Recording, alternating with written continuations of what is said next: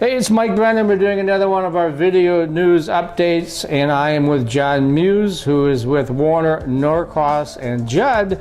Hey, and we're going to be talking about the regulatory environment for autonomous vehicles. So, John, we're hearing a lot about the technology out there to enable autonomous cars in the grass, or so they say.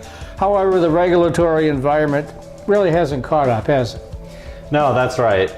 We've got vehicles that will be on the road this year that are level 3 autonomous capable, and in the next 3 years manufacturers are projecting level 4, which are truly self-driving with only an optional human driver, will be on the road in the next 3 years.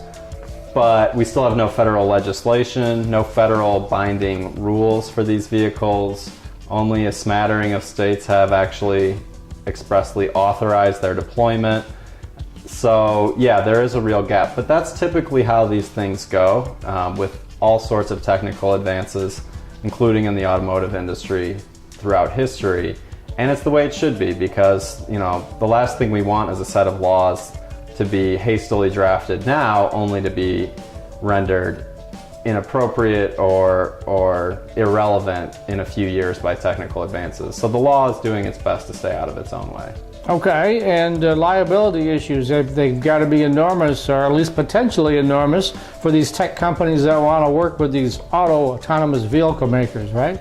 Yeah, this is a type of product that smaller tech companies aren't used to the potential for harm. You think about a software program, typically you're not concerned with somebody being hurt physically from its use.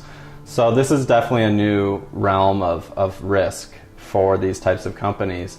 But it's essentially just an issue of contracting. It's a negotiation with their automaker partners that if they've got game-changing technology, they'll have the leverage then to negotiate in whether it's a joint development agreement or a licensing agreement or it's just a supply contract, to negotiate for some kind of protection on the liability front, where the more seasoned automaker, the more traditional party will assume most of that risk or all of it.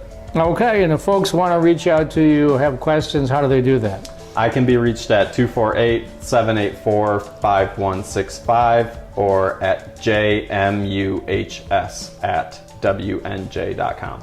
This is Mike Brennan. You've been watching Video News Update.